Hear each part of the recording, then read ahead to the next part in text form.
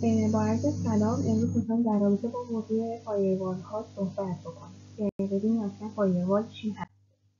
فایروال در شبکه سیستم امنیتی هستش که ترافیک ورودی و خروجی شبکه رو کنترل میکنه و وظیفه اون جلوگیری از دسترسی‌های غیرمجاز، محافظت از داده‌ها و منابع شبکه هستش. فایروال میتواند به صورت سخت‌افزار نرم افزار باشه و بر اساس قوانین تعریف شده ترافیک شبکه رو فیلتر میکنه. فایروال‌ها یک سری ویژگی‌هایی دارند که شامل کنترل دسترسی، فیلترینگ بسته‌ها، تشخیص نفوذ و ثبت و گزارش‌گیری هستش. استفاده از فایروال‌ها بخش اساسی از امنیت شبکه هستش و به محافظت از اطلاعات حساس میتونه کمک کنه.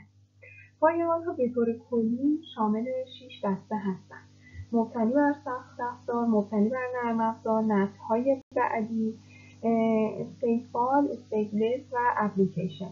هر نوع از این فایروال‌ها مزایا و معایب خودشون رو دارن و بستگی به نیاز و شرایط خاص شبکه انتخاب میشن.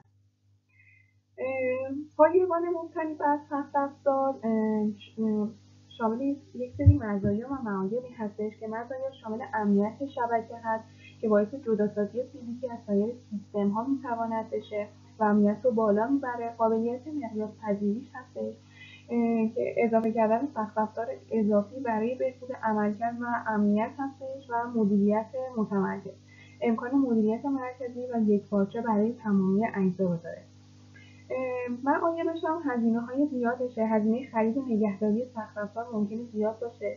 فضای فیزیکیش نیاز به فضای فیزیکی در مراکز داده یا دفاتر داره. پیچیدگی در نصبش، نصب و پیکربندیش ممکن هستش دچار مشکلات فنی داشته باشه و عدم انعطاف‌پذیری، تغییرات و به‌روزرسانی ممکن هست زمانبر و دشوار باشه. به همین دلیل انتخاب نوع فایروال باید بر اساس نیازهای خاص انجام بشه.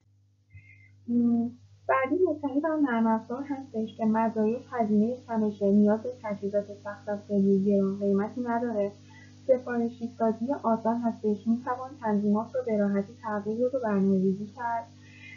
ثبت سریعش هستش، معمولا نصب و راه اندازیش به سرعت انجام میشه. قابلیت به‌روزرسانی که به‌روزرسانی‌های نرم افزار به سرعت و آسانی انجام میشه.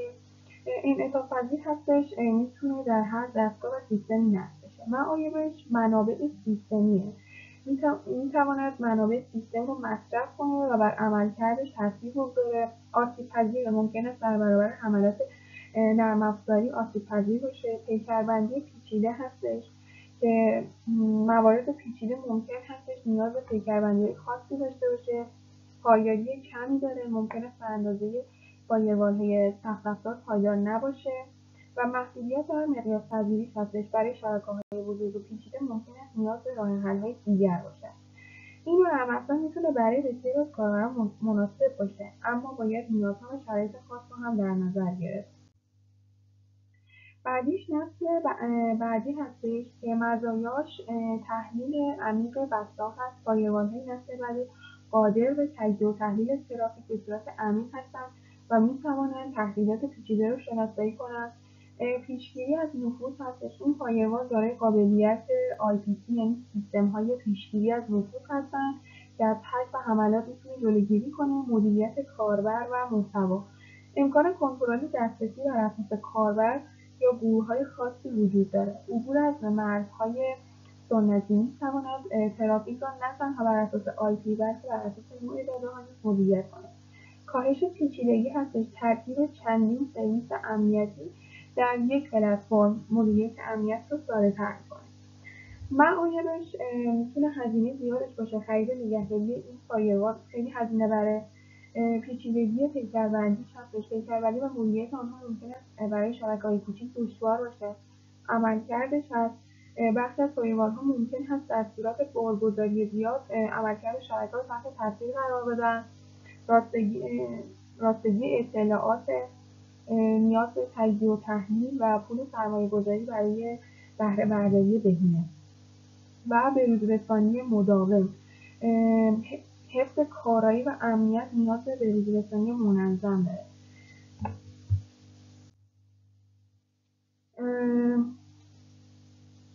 فایروال‌های استیت‌فال مزایاش شامل تحلیل وضعیت ارتباطات است که قادر به شناسایی و بررسی وضعیت تمامی ارتباطات و بسته‌ها هستش. حفاظت بهتری داره، امنیت بیشتری رو ارائه میده، چرا که فقط بسته‌های مربوط به ارتباطات فعال رو مدیر میدونه. مدیریت ترافیک هست، میتونه ترافیک ورودی و خروجی رو به طور هوشمند مدیریت کنه و بهینه‌سازی مصرف پهنای باند سازگاری داره با پروتکل‌ها و برنامه‌های مختلف به خوبی کار می‌کنن و می‌توانن ارتباطات پیچیده‌تری رو مدیریت کنن. مدیریت پیچیدگی هستش که تنظیمات آنها معمولاً ساده‌تر از فایروال‌های دیگر هست، چرا که کاربر فقط باید قوانین کلی رو تعریف کنه. معایب شامل منابع بیشتری، نیاز به منابع سخت‌افزار و نرم افزار بیشتری نسبت به فایروال‌ها داره. پیچیدگی در پیاده‌سازیش ممکن است در تنظیمات پیچیده نیاز به دانش بیشتری داشته باشه. محدودیت در کارایی مواجه با حجم بالای ترافیک ممکن است کارایی اونها رو کاهش بده. حملات خاص به برخی از حملات خاصی آسیب‌پذیر هست، چرا که وضعیت ارتباطات رو ذخیره می‌کنه.